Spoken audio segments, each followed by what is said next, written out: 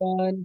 Video शुरू होने से पहले मैं सभी बच्चों को रिक्वेस्ट करूंगा कि वीडियो को लाइक ज़रूर कर दीजिए, बिकॉज आई एम श्योर आपको ये वीडियो अच्छी लगेगी, मुझे कॉन्फिडेंस है पूरा। तो पहले फटाफट सभी बच्चे लाइक कर दीजिए। और अब मैं आपको बताता हूँ ये वीडियो किसके रिलेशन में है। ये सीए फाउंडेशन 2025 में जिन बच्चों का एग्जाम है उनका थ्योरी रिलेटेड जो भी डाउट्स हैं वो इस वीडियो में सॉल्व हो जाएंगे। कि थ्योरी के क्वेश्चंस क्या आएंगे, थ्योरी कितने मार्क्स की आएगी, थ्योरी कौन से क्वेश्चन में होगा, और सर कैसे इसको हैंडल करा जाए। मैं यहाँ पे कोई थ्योरेटिकल आंसर्स डिस्कस नहीं कर रहा हूँगा। मैं आपको ये बताऊंगा बच्चे कि कौन कौन से क्वेश्चंस इंपॉर्टेंट है as per R P Y Qs. ठीक है, करनी हमको पूरी है। ठीक है, एंड किस पैटर्न पर आता है। तो चलिए सीधा चलते हैं पी वाई क्यूज की समरी पर और देखते हैं कि क्या क्या क्वेश्चंस पिछले 5-6 अटेम्प्ट्स में आईसीएआई द्वारा पूछे गए हैं। And believe me, after watching this video आपका थ्योरी से रिलेटेड जो आपका कॉन्फिडेंस है वो एकदम बूस्ट हो जाएगा। ठीक है बच्चे, सो लेट्स बिगिन।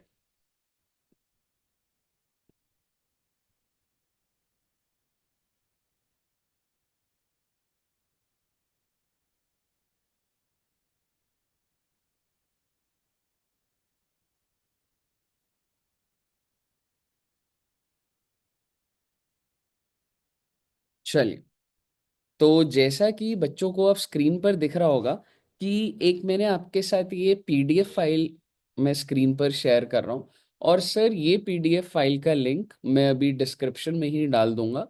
तो आप ये उस लिंक से आप ये फाइल को डाउनलोड कर सकते हैं और इसमें सारे थ्योरी रिलेटेड जो पीवाई क्यूज में है वो आप देख सकते हैं। सो सबसे पहले हम देखते हैं कि सर थ्योरी कितने मार्क्स की आएगी।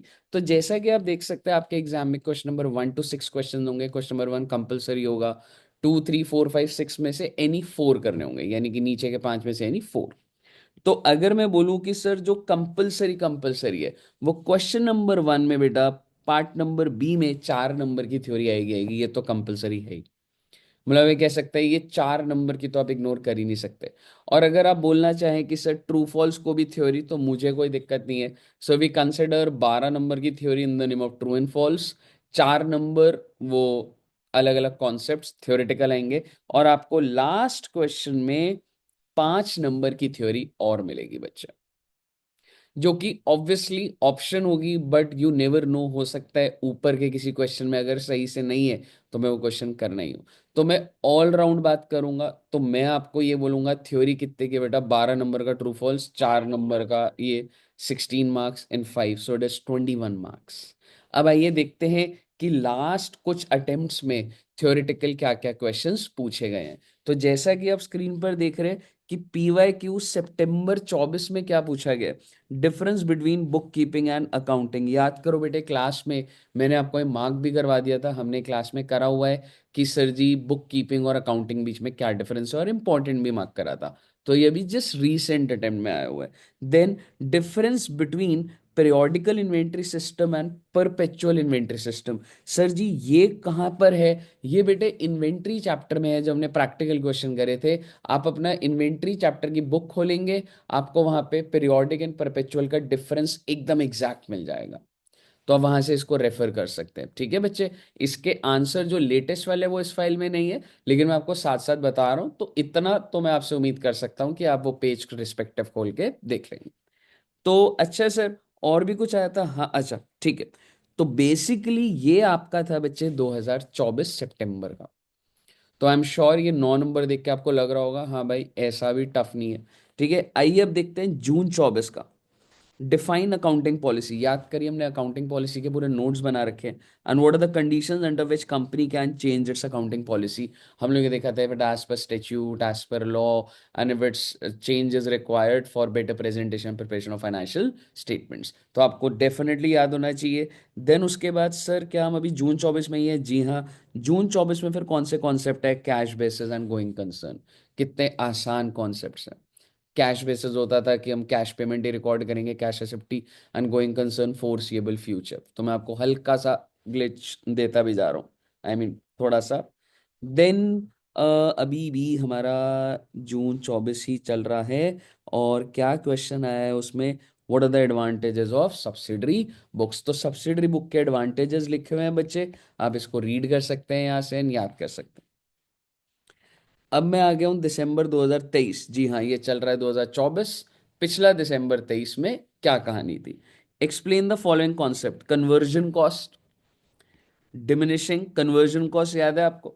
कन्वर्जन कॉस्ट था वो हम इन्वेंट्री के अंदर purchase cost, conversion cost, other cost, उसको समझाना। डिमिनिशिंग बैलेंस मेथड, लो जी लो, WD method. Then money measurement concept, जो पैसे में होता है उसी को हम रिकॉर्ड कर सकते हैं। अनरियलाइजेशन कॉन्सेप्ट, कि अनलेस आप कंफर्म नहीं हो तो रियलाइज मत करिए अपने रेवेन्यू को, अगर आपको सर्टेन है that you will be able to realise it तो ही आप इसको बुक करेंगे। तो ये एक आपका क्वेश्चन आया। देन और क्या आया सर दिसंबर 23 में, सब फील्ड्स ऑफ अकाउंटिंग, याद करिए हम लोगों ने मार्क भी करा था। Financial accounting, management accounting, cost accounting, social responsibility. और जो बच्चों ने मेरे साथ क्लास नहीं ली उन बच्चों के लिए तो मैं यही बोलूंगा, देखो बच्चे यहाँ पे फाइल में लिखा भी हुआ है, और जो बच्चों ने क्लास ली है मैं सजेस्ट करूंगा प्लीज अपने फ्रेंड्स को शेयर करिए। डेफिनेटली आपके फ्रेंड्स को हेल्प होगा, एक कॉन्फिडेंस बिल्टअप होगा थ्योरी के अंदर। देन अब मैं आ गया हूं जून 2023 में, और क्या है, explain the concept materiality, conservatism, extraordinary and floating. इसमें मटीरियलिटी तो बच्चों को पता होता है कि जो मटीरियल आइटम्स है हमें वही डिस्क्लोज करनी चाहिए, रिलेटिव कॉन्सेप्ट होता है and all that. Conservatism, book for probable losses and don't book for probable incomes. Extraordinary items होते हैं बच्चे, कि क्या होता है ये, वैसे अगर मैं बोलूं ऐसा आपके मॉड्यूल में एकदम सामने सामने नहीं लिखा हुआ है, ठीक है। तो एक्स्ट्रॉर्डिनरी आइटम्स क्या होते हैं, कि आप ये लगा लीजिए हमारी एक ऑर्डिनरी एक्टिविटीज होती है जैसे सेल ऑफ गुड्स, लेकिन अगर एकदम से अर्थक्वेक आ जाए, एक्स्ट्रॉर्डिनरी आइटम्स जो होती हैं which are not ordinary items, these are abnormal items. Just like अगर अर्थक्वेक आ गया तो अर्थक्वेक की वजह से जो भी नुकसान होगा, what ever loss a company incurs, तो उसको सेपरेटली उस लॉस को दिखाना होता है so that investor can perceive, मतलब वो समझ सके कि एक्स्ट्रॉर्डिनरी आइटम की वजह से क्या क्या हुआ है। ठीक है बच्चे। Then you have floating charge. आपको फ्लोटिंग चार्ज भी इतना खास नहीं दिखा होगा पर ये डिबेंचर्स के अंदर था।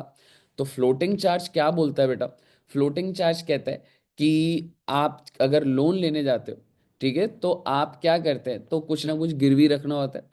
तो आप जो भी चीज़ गिरवी रख रहे हो, आप सारे के सारे एसेट्स गिरवी रख रहे हो, कोई नाम से एसेट नहीं है कि मैंने अपनी लैंड एंड बिल्डिंग गिरवी रखी है, मैंने प्लांट एंड मशीनरी, मैंने कहा मेरे सारे एसेट्स गिरवी, अगर मैं नहीं दूंगा तो आपको जो बेचना है बेच देना। So that is called floating charge. I then एक और क्वेश्चन देखते हैं, what is the importance of journal. Theoretical बातें हैं बेटा, आपको नीचे आंसर दिया हुआ, आप उसको रीड कर सकते हैं। आइए नवंबर 2022 में चलते हैं, मतलब ये 24 है, 23 हमने देख लिया, अब 22 में देख रहे हैं difference between provision and contingent liability. मेरे हिसाब से इस अटेम्प्ट में प्रोविजन एंड कंटिजेंट लायबिलिटी के बहुत चांसेस होंगे, क्योंकि काफी टाइम हो गया इंस्टीट्यूट ने पूछा नहीं, और ये बहुत पूछते थे। तो प्रोविजन एंड कंटिजेंट लायबिलिटीज के बारे में डिफरेंस है। देन ये वाला क्वेश्चन जो है, ये मैं बोलूंगा बिल्कुल आउट ऑफ सिलेबस टाइप से, ठीक है। तो ये AS10 के अंदर इंटरमीडिएट में है वैसे तो ये, लेकिन ये फाउंडेशन के अंदर पूछा गया। सर ऐसा क्यों होता है बेटे, 4-5 नंबर ऐसा चलता है, ठीक है। तो वो बोल क्या रहा है, the cost of property plant equipment comprise of any cost directly at bringing the asset to present location and condition. तो क्या कह रहा है कि प्रॉपर्टी प्लांट एंड इक्विपमेंट के अंदर इंक्लूड होती है any cost to bring to present location and condition for it to be capable operating in a manner intended, give 5 examples. तो वो ये बोल रहा है, देखो कोई भी प्लांट एंड मशीनरी है, अगर वो जब तक रेडी नहीं है, ठीक है, तो मैं जो भी खर्चा करता हूँ, ठीक है, तो अगर it is directly attributable to bringing the asset to location and condition necessary for operating in a manner intended by the management. तो ऐसे कौन कौन से खर्चे हैं जो कि जरूरी है सो दैट वो एसेट वर्क करे। तो आप देखेंगे ट्रांसपोर्टेशन, ट्रायल रन कॉस्ट, ये सारे फिक्स्ड एसेट की कॉस्ट में जुड़ जाते हैं, ठीक है। आपको ज्यादा गहराई में नहीं जाना बेटा, ये अपने में एक AS10 स्टैंडर्ड है, इसकी इंटरमीडिएट में बात होती है। पर आपको सिर्फ ये लेना है कि बाय चांस अगर ये क्वेश्चन रिपीट हो गया, तो cost of employ benefit expense, site preparation, initial delivery handling, installation, installation तो आप समझते भी हैं, इंस्टॉलेशन तो कॉस्ट में जुड़ता ही था। तो उसके अलावा और कौन कौन सी कॉस्ट है जो जुड़ जाती है, जैसे कि प्रोफेशनल फीस, टेस्टिंग, एक बेसिक टेस्ट हो रहा है उस प्लांट मशीन का यूज करने से पहले, ये सारी चीजें कॉस्ट में जुड़ जाती। आइए अब हम मई 2022 देखते हैं। मनी मेजरमेंट कॉन्सेप्ट, पीरियोडिसिटी आपको बहुत अच्छे से आता है आई एम श्योर। और 5 नंबर का क्या है, petty cash book, what are the two advantages. Petty cash book क्या होता है बेटा, छोटे मोटे खर्चे के लिए एक पेटी कैश बुक बनाई जाती है।